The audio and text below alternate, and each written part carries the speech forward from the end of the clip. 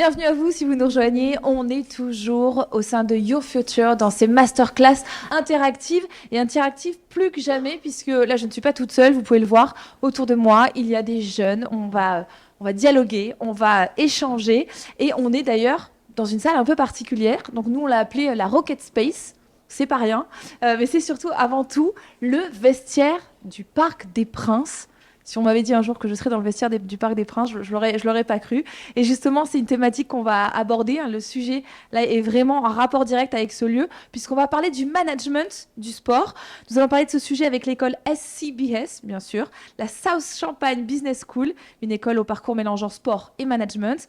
Alors, pour tous les adeptes de sport, ne bougez pas, vous êtes au bon endroit. Et pour tous les autres aussi, puisque vous allez pouvoir peut-être découvrir un univers.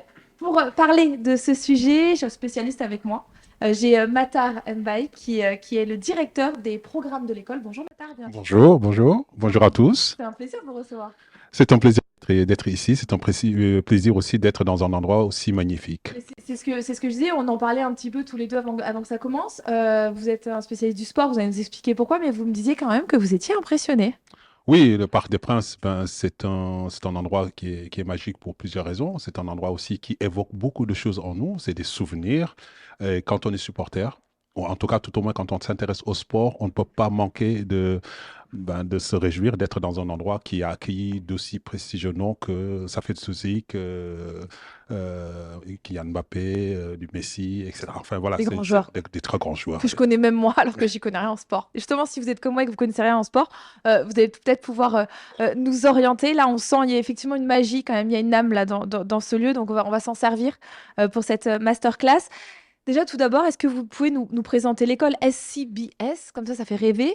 De quoi il s'agit? Alors, la Champagne Business School est en fait le nouveau nom de l'EC3.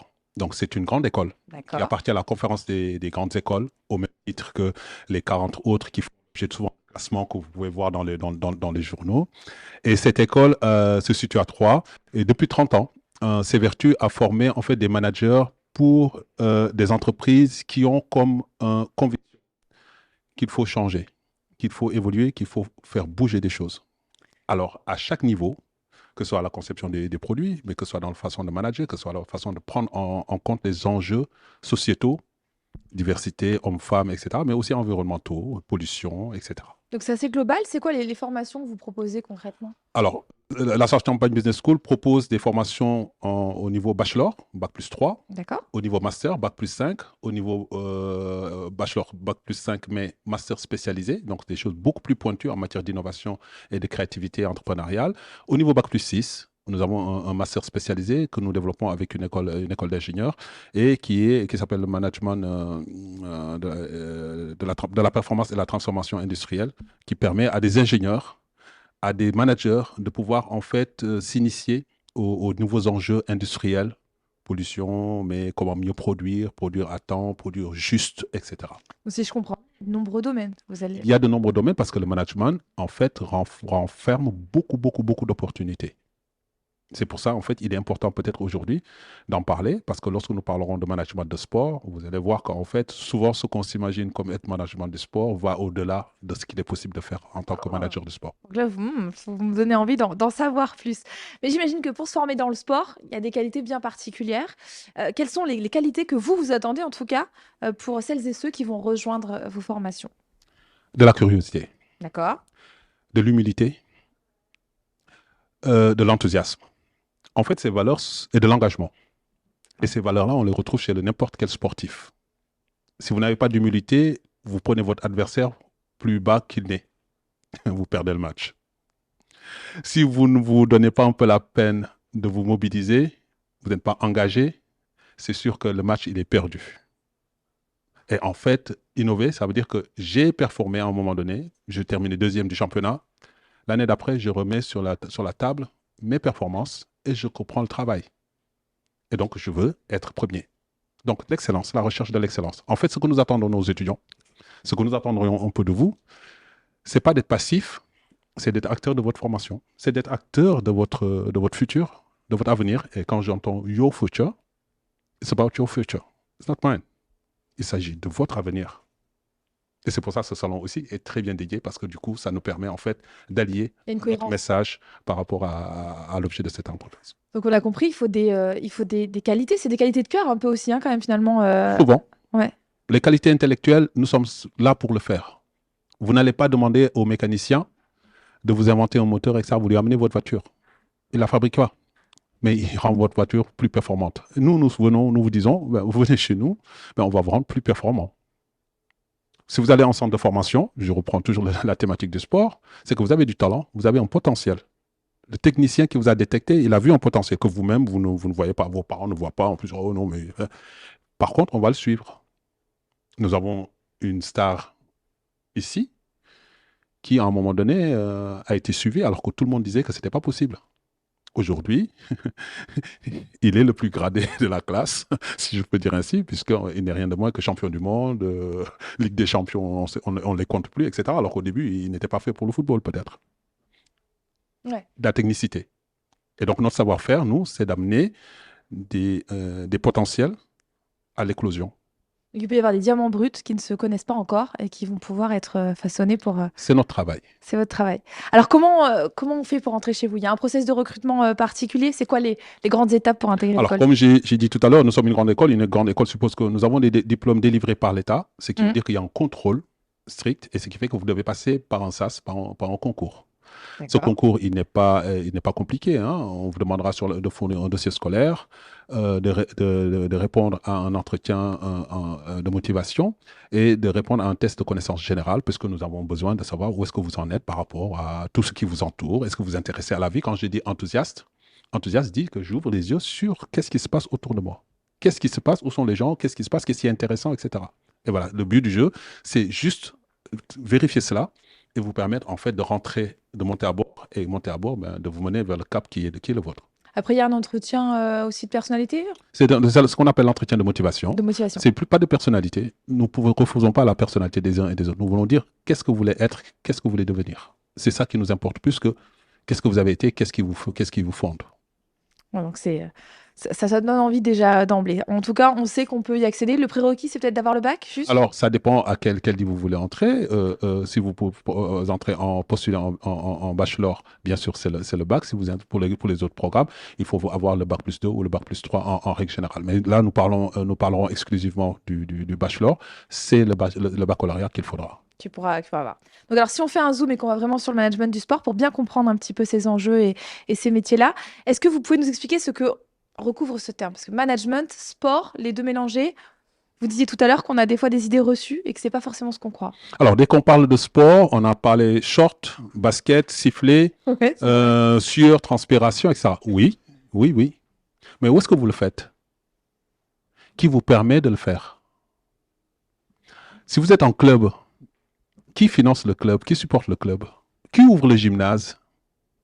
Qui a pensé à la construction de ces gymnases ou de la piscine ou du city stade? En fait, nous avons derrière des compétents, des techniciens qui en fait sont chargés de mettre en œuvre une volonté politique, mais ça peut être aussi dans une entreprise. Je suis dans une grande entreprise, je veux que mes salariés se mettent au sport. Je veux développer l'entente, la cohésion dans l'entreprise à travers le sport. Mais il y a des personnes qui vont penser l'équipement, le programme, l'organisation et l'animation. Sans pour autant être un technicien du sport, donc je ne viens pas de STAPS, sciences techniques, activités physiques et sportives. Je ne viens pas non plus du brevet d'État. Je ne suis pas un technicien. Je suis chargé de manager des projets, de gérer des projets en fait liés au sport qui permettent à des pratiquants de bien exercer leur sport. Ouais, donc en fait, ça englobe plusieurs domaines, on le comprend. Il y a des matières principales quand même qui reviennent. Quelles sont ces matières? Alors, l'économie du sport, Ouais. puisque aujourd'hui, si vous êtes ici au Parc des Princes, le Parc des Princes n'appartient pas au PSG. Le Parc des Princes appartient à la ville de Paris. Donc, à la ville de Paris, il y a certainement quelqu'un qui est chargé de la gestion des installations sportives. Il y a quelqu'un qui est chargé de la planification des activités ici au Parc des Princes. Donc, vous allez apprendre, en fait, de la gestion de projet. Vous allez avoir une formation en économie du sport, mais comme vous êtes dans le milieu du sport, vous allez comprendre aussi tout l'univers du sport, que ce soit les équipementiers, ceux qui fabriquent les maillots, etc.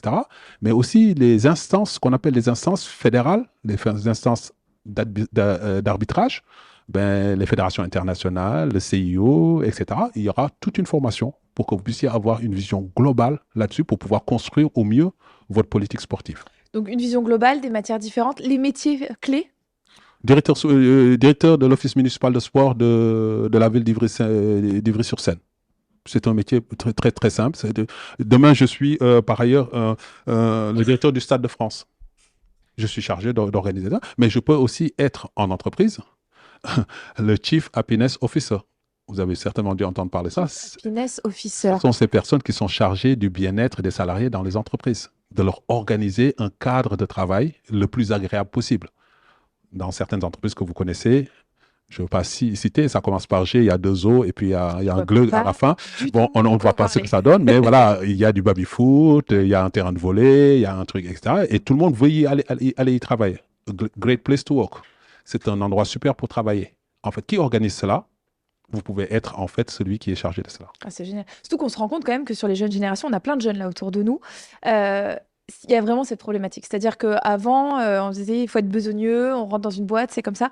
Là, aujourd'hui, on se rend compte, avec aussi d'ailleurs les crises qu'on a pu traverser, que le bien-être au travail, que d'être dans un environnement dans lequel on est bien, c'est primordial pour ces jeunes. Alors, vous voyez que donc, dans ce cas-là, on touche des questions de santé publique. C'est ça. Alors, c'est pour ça, en fait, il faut faire des études parce que vous allez voir qu'en fait, les collectivités territoriales, les autorités de tutelle ont toujours intérêt à ce qu'il y ait en fait une politique qui permet à des catégories données de population, en fait, de s'adonner au sport parce que derrière, en fait, nous leur évitons des infarctus, nous leur évitons des maladies cardiovasculaires, du burn-out, etc.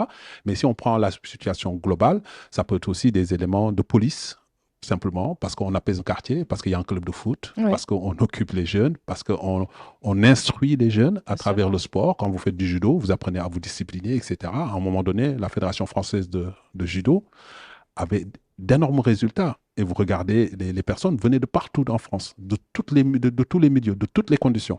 C'est une politique. Ce n'est pas simplement le hasard, c'est une politique. Et l'idée, c'est qu'en fait, demain, vous allez concevoir des politiques en disant comment on va les scouter, comment on va aller rechercher les talents là où ils sont. Voilà, donc c'est le travail aussi d'un manager du développement sportif territorial. Alors quand je vous écoute, ça a l'air quand même assez riche. Du coup, la formation a l'air quand même intense. Est-ce qu'il y a quand même un peu de place pour le sport, pour pouvoir pratiquer un sport où on est vraiment focus formation, études Alors moi, je vais vous dire quelque chose qui est très personnel. Quand Oui. je suis arrivé sur le campus de mon établissement, ce qui m'a tapé à l'œil, c'est la salle de muscu. Exposée, ouverte sur un city stade. J'étais basketteur quand j'étais plus jeune. Et Pourtant, vous êtes petit. Comme vous le dites. Très grand. Et en fait, ce qui se passe, c'est que fondamentalement, je suis tombé amoureux quasiment de mon école par ce biais-là. Avant même d'avoir discuté avec qui que ce soit. Cela veut dire qu'en fait, dans votre activité, dans votre temps scolaire, il y a du temps pour la pratique sportive. Et bien sûr, on va vous initier aux règles des sports, des principaux sports, en tout cas dominants. Vous parlez de principaux sports, parce que c'est vrai qu'on a évoqué pas mal le football, vous avez parlé de judo il y a quelques instants. Dans le cursus que vous proposez, est-ce qu'on se spécialise dans un sport ou est-ce qu'on peut intervenir dans différents sports? Alors, ce sera transversal, ça veut dire qu'on ne se spécialise pas dans un sport en particulier, parce que quand on met une politique, aujourd'hui on peut parler de e-sport. Je suis à 3, on peut décider, parce qu'on a une école d'ingénieurs, une école de management, de dire aujourd'hui, ce serait bien peut-être de développer le sport. Mais il faut des lieux, des endroits. Mais il faut entraîner des personnes à encadrer les joueurs en e-sport. Il faut faire des compétitions e-sport, etc. Ben, vous voyez qu'en fait, ça touche à tout. Donc, on ne peut pas enfermer quelqu'un dans un sport spécifique. Encore une fois, nous ne sommes pas un CREPS, nous ne sommes pas une fac de STAPS, nous sommes en fait une école de management. Pour avoir toujours cette vision transverse, en fait. Tout à fait. Et du coup, est-ce que ça veut dire quand même qu'il faut une solide connaissance générale dans le monde sportif, ou alors quelqu'un comme moi, par exemple, qui suis nul en sport, peut quand même suivre ce type d'études? À la fin de la formation, vous pouvez être ministre de la Jeunesse et des Sports. Ah, voilà une bonne nouvelle. Non, mais bon, il faut une appétence, j'imagine, quand même. Oui. Il faut avoir envie de... Oui, vous savez, je donne l'exemple souvent à mes étudiants. vous ne serez pas sur la pelouse en train de courir. Ouais. La balle, vous n'allez pas la mettre à la lucarne. Ce ne sera pas vous. Le ballon, vous n'allez pas le smatcher au panier. Ce ne sera pas vous. Par contre, vous allez créer les conditions pour que le joueur puisse le faire, mais pas seulement les joueurs, que les spectateurs puissent bénéficier d'un spectacle de bon niveau. Et c'est vous qui serez responsable de Vous ça. êtes le garant. C'est vous qui allez le construire. Et régulièrement dans votre ville. De sorte qu'en fait, beaucoup de gens viendront s'installer, seront intéressés par vos villes parce que vous avez un dynamisme, vous démontrez un dynamisme par rapport à vos activités, comment votre jeunesse se distingue, etc. Aujourd'hui, si vous dites Bondy, il y a peut-être quelques années, tout le monde se poserait la question, Bondy, etc. Mais quand on dit aujourd'hui Bondy, il y a des sourcils qui se lèvent en disant, il y a une pépite qui est sortie de là. Et finalement, il a fait le marketing de sa ville. Et donc, on fait en même temps du marketing. Vous voyez qu'on revient au management. Toujours. On fait du marketing en faisant le développement sportif territorial. Selon vous, quels sont les grands secteurs d'activité dans lesquels on va pouvoir travailler avec un diplôme qu'on a obtenu dans votre école? J'aurais pu dire, le BTP. Ouais. Alors, c'est surprenant, on dit Oui. sport, BTP, oui, mais C'est pas le premier truc auquel on pense. c'est un stade. Ouais, c'est vrai. Un stade, il faut le construire. Le chiffre d'affaires du BTP, c'est pas moins que 35 milliards d'euros. Ah ouais. Vous êtes chargé de mener un projet d'un stade qui coûte 10 millions ou 20 millions dans votre ville. Donc, c'est de ça dont il s'agit. Hein. Les enjeux, c'est de ça. Vous êtes toujours dans le milieu du sport. Et c'est pour ça qu'il est hyper important de se rendre compte que, oui, vous aimez le sport, mais vous n'êtes pas le pratiquant. Il faut se sortir de ça, en fait. Oui, le sport, il n'est pas sur vous. Et vous acceptez d'être dans les coulisses, mais c'est vous qui organisez tout. C'est vous qui rendez le spectacle beau. Possible et beau. Et puis, il y a possibilité de se faire aussi beaucoup d'argent. Je pense à ça parce que quand on pense au sport... Ne parlons pas d'argent parce que je vais devoir refuser des étudiants parce qu'ils vont se dire, mais vous nous avez promis... On parle vous venez de parler de chiffre d'affaires, on parle de gros enjeux financiers. On pense au sport, on pense du coup aussi aux sportifs qui gagnent quand même très bien leur vie. Ce que je veux dire par là, c'est pas parce qu'on va pas être Kylian Mbappé demain qu'on ne peut pas quand même avoir une superbe carrière et gagner très bien sa vie dans le management sportif. Je peux vous assurer que le responsable de la gestion des infrastructures sportives de la ville de Paris gagne relativement bien relativement bien gagner sa vie. Mais si vous le faites dans n'importe quelle commune, si vous le faites dans n'importe quelle entreprise, vous gagnerez pas seulement honnêtement votre vie, vous gagnerez plus que décemment votre vie. Et en fait, vous serez dans le monde où vous voulez être, c'est-à-dire l'univers qui est le vôtre. L'univers sportif, rencontrer voilà, et pouvoir continuer, bien sûr, votre pratique sportive si vous en avez une. Je pense que vous avez bien répondu. J'imagine que c'est un secteur qui est obligé de se réinventer toujours. Comment ça se manifeste là depuis ces dernières années? Comment ça se manifeste? Ça s'internationalise. Oui. 2, ça se professionnalise. Internationalise, ça veut dire qu'en fait, il n'y a plus de barrière. Aujourd'hui, une manifestation que vous organisez à Paris, elle est retransmise partout dans le monde. Vous recrutez des talents un peu partout dans le monde. Il faut aller les chercher, les talents. Il faut aller les identifier. Il faut les accueillir. Il faut les préparer, etc. Donc, c'est la première des choses. Et la deuxième chose, c'est que ça se professionnalise. Là où le bénévolat l'a emporté, aujourd'hui, nous avons des professionnels. Nous avons des personnes qui ont fait des études pour pouvoir, en fait, accompagner ce mouvement-là. J'étais scout. J'étais le grand frère dans le quartier, je plaçais des jeunes dans un club, etc. Aujourd'hui, il y a des droits d'image, il y a des contrats qui sont signés très tôt avec des jeunes de 15 ans, etc. C'est du droit. Ça suppose que vous devez avoir le statut d'agent. Avant, j'étais juste le grand frère qui arrangeait les personnes. Aujourd'hui, la loi exige, parce qu'il y a des abus, etc., exige que vous ayez un statut d'agent de joueur. Donc, pour faire le scouting, etc., il va falloir des techniques. On travaille beaucoup avec des statistiques. On analyse beaucoup les performances de ces joueurs, des joueurs de son portefeuille, même comme des joueurs que l'on veut attirer dans son portefeuille ou des joueurs qu'on veut placer. Quand on va négocier avec un club, on a des vidéos, de belles vidéos, mais on donne des statistiques. Ah oui, bien sûr. Donc, ce n'est plus simplement du bénévolat ou du bon sens. Il y a de la technicité. Et le sport américain nous a montré en fait la voie. Parce que tout est très, très structuré. C'est pour ça que le sport universitaire alimente aussi abondamment le sport d'élite des États-Unis. Bien sûr. Et nous avons tous les moyens en France de le faire. Nous avons les instances qui travaillent bien dans le scouting. Nous avons des instances de formation pour les techniciens. Nous avons des centres de formation que le monde entier nous envie maintenant au football, au basket, etc. Et nous devons en fait aujourd'hui nous appuyer cela, cet apport de compétences, par des managers du business, de ce qui se passe et qui l'entoure. Sinon, le business, la plus-value est partie ailleurs. Hein. On a parlé donc de l'importance du numérique. Tout à l'heure, vous avez évoqué le e-sport. Est-ce que vous pensez vraiment que c'est grâce au e-sport, il y a des débouchés intéressants dans ce domaine? Le e-sport représente à peu près 50 millions d'euros de chiffre d'affaires actuellement en France. Donc, ça répond un peu à ma question. Mais en fait, c'est 2 fois rien par rapport aux 3 milliards que ça représente dans le monde. Vous voyez qu'il y a des parts de marché à gagner. Énorme, ouais. Il y a à peu près 200 joueurs professionnels en France. C'est très peu. Ouais. Donc ça veut dire qu'en fait, nous avons quasiment un boulevard. Donc nous avons des structures à monter, des structures à renforcer. Nous avons des talents à détecter. Aujourd'hui, on n'est pas aussi perfectionné qu'on l'est dans le foot ou qu'on l'est dans le basket. Mais demain, c'est sûr qu'on aura peut-être des champions de e-sport, des équipes de e-sport à monter par ville. Je prenais juste l'exemple du e-sport. Et il en va de beaucoup d'autres activités. En fait, peut-être dont on n'a pas connaissance, peut-être que demain, ce sera dans le métaverse que des choses vont se passer. Ouais. Etc. Il va falloir innover et dire, mais qu'est-ce qu'on peut faire dans le métaverse, etc. Oui, il y aura Alors donc, certainement oui. des choses à faire. Donc, mais ce sont nos développeurs, nos managers du développement sportif territorial. Ce sont nos managers sportifs qui vont devoir penser avec des designers, avec des créateurs, etc. Mais c'est cet univers-là qui nous attend. Mais c'est des enjeux que vous avez intégrés dans vos formations, j'imagine. C'est pour ça qu'on a un enseignement qui est aussi très ouvert sur des enjeux à la fois aussi géostratégiques, géopolitiques, mais aussi de projection dans le futur, de prospective. On a parlé des formations, on a parlé des métiers, des débouchés.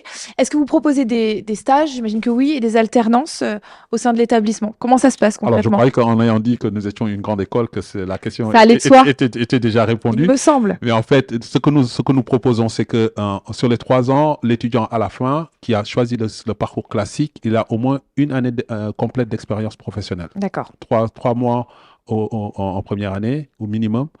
6 mois en deuxième année, 6 mois de stage en troisième année. Donc, ce qui veut dire au minimum, il a 12 mois. S'il ne fait pas le stage optionnel de première année, il a au moins 12 mois d'expérience professionnelle. Nous avons ensuite l'alternance qui est possible. À partir de la deuxième année, il est possible qu'il fasse l'intégralité de son parcours en alternance. Une semaine à l'école, 3 semaines en entreprise. Aujourd'hui, nous avons quelqu'un qui est au Flamme Carolo à Charleville-Mézières, club de basket, qui est secrétaire administratif du club et donc qui s'occupe des déplacements de l'équipe, etc., de faire les réservations, etc., et qui en fait est dans le programme en tant qu'alternant. Il va faire ses 2 ans en tant qu'alternant. Donc, bien sûr, il va monter l'année prochaine, il va changer certainement monter en galon et il va peut-être certainement prendre en charge d'autres réalités du club. Le milieu sportif, en plus, c'est quand même un petit milieu. Donc j'imagine que vous avez un gros réseau avec cette école. Alors nous, au départ, nous avons travaillé dans l'optique des JO 2024, parce que, comme vous le savez, nous faisons aussi le marketing de notre territoire. L'Aube peut être un camp de base pour l'ensemble des délégations et qu'il y a des choses qui se montent actuellement. Nous sommes relativement bien équipés dans le département et la ville de Troyes en particulier a fait un effort très intéressant pour pouvoir accueillir des délégations en centre d'entraînement, en centre d'hébergement. Et nous, dans cette foulée, nous travaillons avec l'ESTAC, qui est le club de première division. Oui. Nous travaillons avec le CVB, qui est le club de volley à Chaumont. Nous travaillons avec les Flammes Carolo au basket à Charleville-Mézières. C'est-à-dire que nous avons, en fait, partout sur le territoire qui est le nôtre, en fait, des partenaires qui sont des relais, qui sont des porte-voix. Et nous travaillons aussi avec un des plus importants CFA, centre de formation d'apprentis dans les métiers du sport, qui s'appelle Formapi. Oui, donc ça donne envie là pour les étudiants là, qui nous regardent, qui nous écoutent. Il y a, voilà, vous ouvrez un véritable réseau. C'est pas juste une formation, c'est aussi des vraies opportunités professionnelles derrière. Il est important, et je le dis, le réseau, ce n'est pas des likes C'est qu'on pas que a ça. certainement sur Instagram. Les réseaux, ce sont des personnes qui sont demain en mesure de vous ouvrir des portes, d'appuyer votre candidature par une lettre de recommandation, voire de décrocher leur téléphone et de s'engager, de se mouiller pour vous. Et ça se passe parce que vous allez en stage, vous assistez aux manifestations, parce que vous prenez contact en initiant des choses que vous proposez à ces instances pour qu'ils vous accompagnent, parce que vous êtes en apprentissage. Donc, vous avez le droit de vous tromper. Dans votre manifestation, vous voulez faire un tournoi de pétanque je ne sais pas, pour les personnes handicapées. Effectivement, vous pouvez organiser votre manifestation. Et le fait d'avoir créé cela vous ouvre en fait la possibilité de contacter des personnes, etc., des institutions, de les connaître, de savoir quelles sont leurs attentes, etc. Et demain, vous êtes le manager, vous êtes dans votre monde. J'imagine que ça fait quelques années que l'école existe. J'imagine qu'il y a eu des belles réussites. Est-ce que vous pouvez nous faire un peu rêver là et nous raconter des exemples de succès de vos anciens élèves?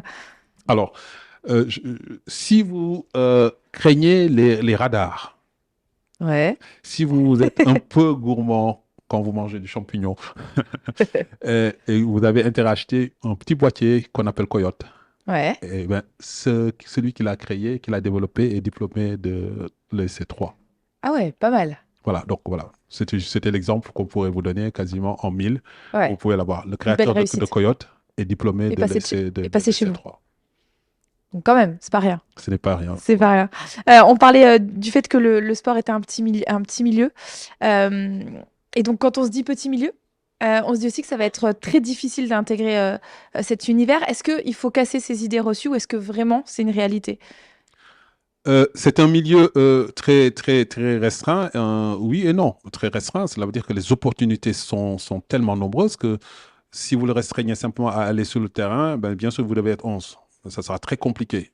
Mais si je dois construire le stade, si je dois faire la planification d'un championnat, c'est autre chose que simplement être 11. Si je dois organiser un centre de formation, si je dois développer un réseau dans un département pour aller chercher des jeunes de 15, 16 ans pour faire un plateau basket, pour faire un plateau handball, etc., effectivement, la confiance va se créer auprès des parents, auprès des instances dirigeantes des comités départementaux, etc., et au niveau aussi des instances politiques.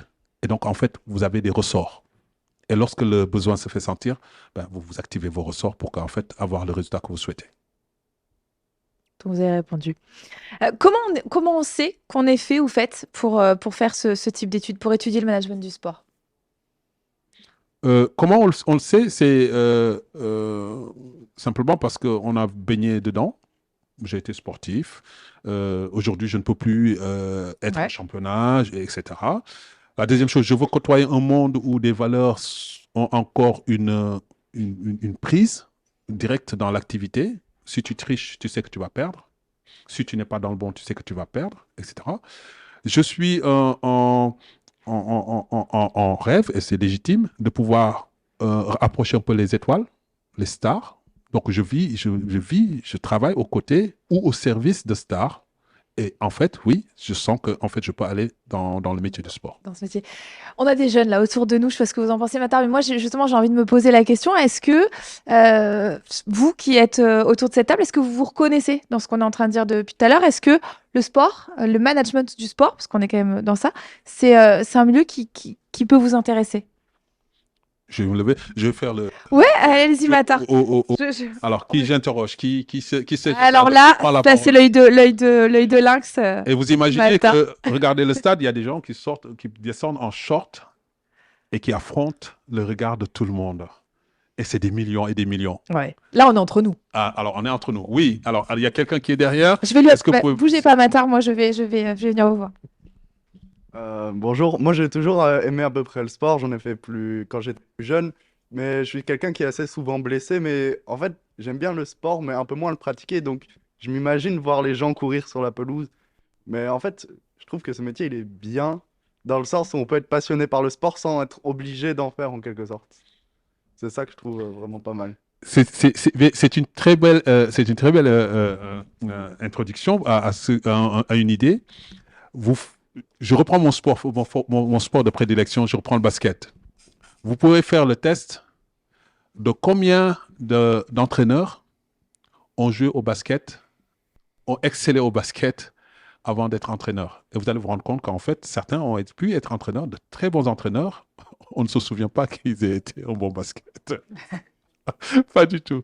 Donc, ce que vous dites, en fait, une frustration, une carrière qui a été stoppée net, une frustration parce que physiquement, je ne suis pas doté pour pouvoir faire la chose, en fait, ne m'empêche pas de développer une technicité. Quand je dis une technicité, c'est en tant que technicien du sport, pour organiser l'activité sportive, mais une technicité en matière organisationnelle. C'est-à-dire que j'organise un club, je dirige un club de natation, je dirige un club de boxe, et j'ai de l'ambition pour le club de boxe, et pour cela, donc j'ai une finalité.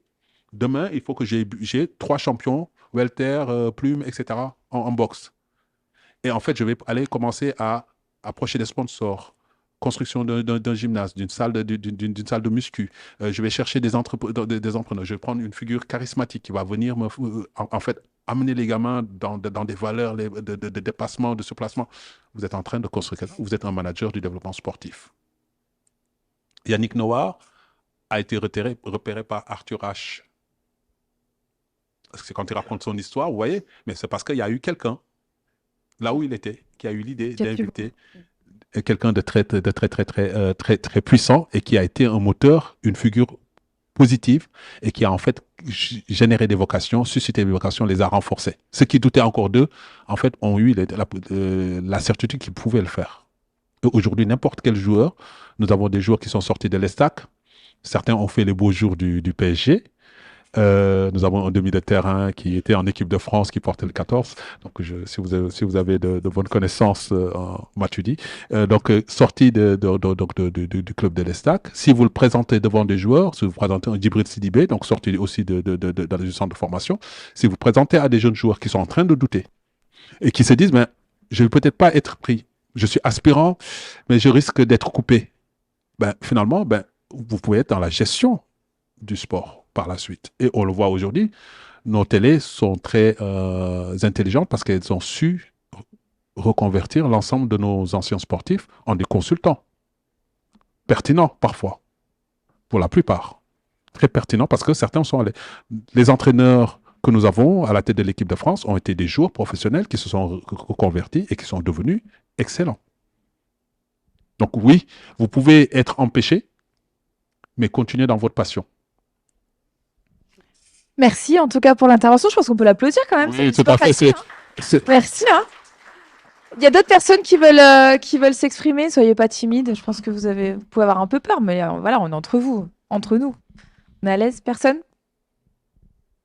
Est-ce qu'il y a des Troyens dans la salle? Ah oui, de l'autre côté. Ah, il y en a deux. Je vais me lever. Oui. Allez, viens, je t'en prie, viens. Hop. Je pense que tu peux rester là. C'est juste moi, je suis un petit peu jeune, je suis en seconde. Et du coup, je voulais vous demander pour faire ce que vous avez fait vous, ce serait quoi les options à prendre, les spécialités à prendre? Très bien. Très technique. Merci beaucoup. Il parle des options au bac. Quelles options prendre pour pouvoir après faire du management au bac pour pouvoir en fait réussir en management? En règle générale, il n'y a pas d'option spécifique. Pourquoi? Parce que le travail des grandes écoles, et ça, je voudrais vous mettre à l'aise là-dessus. Dans les grandes écoles, nous avons une pédagogie qui permet à tout étudiant qui s'inscrit, à partir du moment où on l'a accepté, c'est pour ça que nous faisons le test de connaissance générale, à partir du moment où nous l'avons accepté, il est de notre devoir, c'est une obligation pour nous, de vous mettre au niveau requis pour pouvoir être manager. Donc, que vous ayez laissé les mathématiques pendant un bout de temps. Je sais que certains, au moment de faire leur choix, en général, maths approfondi, ce n'est pas pour moi du tout. Maths appliqué, je me tâte. En fait, si vous pouvez les faire, allez-y. Pourquoi? Parce que demain, vous avez des calculs, des choses que vous allez faire à minima, parce que vous allez devoir établir des budgets. Vous allez devoir faire du contrôle, donc vous allez avoir des tableaux de suivi. Donc, vous allez devoir, en fait, avoir à tout le temps opérer, en fait, des solutions à partir de calculs arithmétiques ou mathématiques. Donc, je vous suggérerais tous, si vous avez la possibilité, de pouvoir, en fait, garder une mention maths appliquée, en règle générale, parce qu'en fait, ça, vous êtes bordé. Pour le reste, ce sont des apprentissages qu'il n'est jamais trop tard de faire. je vous reprends. Et ce sont des apprentissages qui n'est jamais trop tard de faire. Par contre, imaginez que vous êtes agent de joueur et que vous écrivez au club et que vous faites un courrier truffé de fautes. Ça ne fait pas. Imaginez que vous vouliez travailler avec Manchester United. Vous ne parlez pas anglais.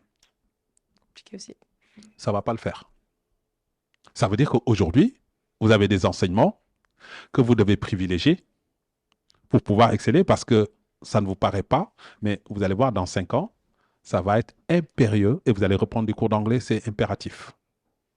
Vous voulez même être joueur professionnel, vous avez les joueurs professionnels, ils sont obligés de parler anglais. Ouais. Et espagnol, parce que dans le club déjà, il n'y a que des étrangers, etc. Il faut parler une langue. Ils ne Oui, vont pour pas parler s'intégrer. français.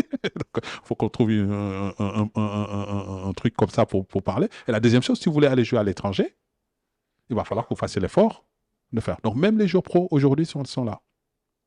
A fortiori, ceux qui sont autour. Donc si je voulais reprendre et répondre à votre question, donc n'hésitez pas à garder maths appliquées.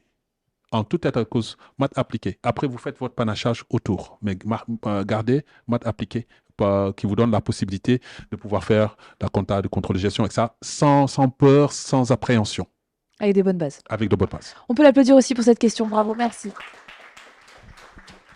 Il y avait une question aussi derrière. Bonjour. J'avais deux questions, je suis désolé si elles sont un petit peu longues. La première, on parlait de l'e-sport tout à l'heure. Vous avez aussi parlé, c'était super intéressant, des valeurs du sport, d'une question de politique et de santé publique. Il y a un parallèle à faire avec ça. Je sais qu'on en a déjà parlé moi personnellement en cours. C'est pas les mêmes, c'est pas la même problématique et qui est abordée en e-sport. Est-ce que vous pensez que ça peut être un frein au développement de cette industrie-là? Parce que d'autres personnes vont penser que jouer aux jeux vidéo, il y a moins d'activité physique que si on fait un vrai sport et du coup, un vrai sport entre guillemets, une activité physique. Est-ce que vous pensez que c'est un frein à son image? Euh, je vais y répondre d'une manière peut-être et vous me direz si cela vous convient. Mais en fait, le conflit générationnel, il y a un conflit générationnel, c'est que pendant longtemps, nous sommes sur un mode analogique. Tenir un livre, oui, il est en train d'apprendre. Par contre, s'il a son téléphone portable, on se dit, il est en train de jouer, il ne fiche rien. Sauf qu'aujourd'hui, avec son téléphone portable, moi, je peux répondre à des quiz, je peux répondre à du micro-learning, c'est des petits cours, etc. Je peux répondre, je peux réviser avec mon téléphone portable. En fait, il y a un effet générationnel qu'il va falloir que nous assumions. Le Scrabble ne nécessite pas tant que ça, ne requiert pas tant que ça d'efforts physiques. C'est un sport. Il y a une fédération avec ses règles, avec ses compétitions. Donc, demain, effectivement, le jeu vidéo peut arriver à ce niveau de reconnaissance et doit arriver à ce niveau de reconnaissance, qu'il y ait des traumatismes, des risques liés à la santé. Ces risques existent. Il faut les prendre en compte. Il faut les prendre en compte, mais pas moins que le rugby, pas moins que la boxe. Et on les prend en compte, on les gère. Donc, qui veut noyer son chat? Voilà. Nous n'avons pas, en fait, à nous poser la question de est-ce que demain, on doit s'arrêter dans le développement du e-sport, etc. C'est qu'il nous faut des compétences pour que la même précaution, vous avez vu aujourd'hui les règles du rugby, comment elles ont évolué en protégeant le joueur, en favorisant le beau jeu. Ben, demain, il faut qu'on soit capable. Alors moi, je suis là où je vous parle, je ne suis pas du tout capable de cela. Hein. Ce n'est pas du tout mon job. Mais demain, les acteurs de ce sport devraient être en mesure d'inventer le cadre propice pour une pratique régulière et saine de ce qu'ils veulent promouvoir comme un sport. Moi, je ne suis pas un fervent, un défenseur, etc. Je prends ce qu'il y a. Mais les acteurs de ce milieu doivent en fait prendre leurs responsabilités pour l'organiser en conséquence. Bon, c'est bien, c'est un bel échange. Hein. Ça fait plaisir de voir que vous êtes vraiment impliqués autour de la table. Peut-être pour conclure, parce qu'on arrive déjà à la fin de cette masterclass, tout à l'heure, vous avez évoqué les JO de 2024. Est-ce que ça peut être aussi une opportunité pour les jeunes qui ne sont pas encore ancrés à faire des longues études, de faire des petits boulots qui peuvent avoir leur mettre un pied à l'étrier, leur mettre un pied dans l'univers sportif? Euh, dans un grand événement comme ça, Mm. en faire partie, c'est déjà faire un grand pas en fait dans la connaissance du milieu sportif, mais c'est de vivre un moment historique. Donc en fait, vous avez deux objectifs qui sont remplis en un investissement. N'oublions pas non plus les valeurs qui sont les valeurs olympiques. C'est que je suis bénévole, c'est que quelque part, je participe à ce qui fait l'humanité. Vous savez, les 5 anneaux, réunir les gens, malgré les contextes. Vous voyez qu'actuellement, on parle de l'accueil des étudiants, des athlètes russes ou pas, etc., etc. Oui, mais en fait, on participe à l'histoire. Et donc, je demanderai aux uns et aux autres, si vous avez un job de stadier, si vous avez un job d'accompagnant, de steward, de délégation, je vous encourage vivement à aller vous porter bénévole pour le comité d'organisation des Jeux Olympiques. Puisque ça doit être aussi une fête, ça doit être une réussite populaire. Mais une réussite populaire, ce n'est pas seulement le stade. Une réussite populaire, c'est toutes les personnes qui vous disent bonjour, qui vous disent « Ah oui, la France, c'est génial. Ah, ben, j'étais athlète quand je suis allé au JO, etc. Ah, c'était génial. Les Français, ils sont cool, ils sont sympas. » En fait, on est encore en train de faire le marketing de notre pays. Donc, allez-y. Si j'avais un mot à vous donner, Allez-y. portez-vous volontaire pour faire de cet événement une fête pour nous tous, une fête pour l'humanité, mais en fait, une fête pour le rayonnement de la France. Et on est d'accord, Matar, que là, il y avait beaucoup de garçons qui ont pris la parole. Mais le sport, garçons, filles, il y a de plus en plus de filles aussi qui en font partie. Regardez les résultats de l'équipe de France de rugby. Regardez les résultats de l'équipe du PSG ou de l'équipe de Lyon. Alors, je ne devrais peut-être pas dire Lyon, mais de l'équipe féminine du PSG. Oui, mais elles sont aussi méritantes que les résultats des garçons. Regardez le judo, regardez le tableau de médailles de la fédération de judo. Mais regardez la répartition selon le genre. Et ça se ressent aussi, du coup, dans le management du sport. Et c'est du management, c'est des politiques sportives. Donc, ça veut dire qu'aujourd'hui, les filles ont leur place dans toutes les activités sportives. Une société moderne, une société progressiste, tolérante, ouverte, en fait, se réalise en particulier à travers le sport. Parce que c'est là où toutes nos différences, en fait, sont brassées. Noir, blanc, toutes nos différences sont brassées. En plus, on a des valeurs parce qu'on a des codes éthiques, des codes déontologiques auxquels on doit souscrire. Vous faites hors-jeu, vous faites hors-jeu.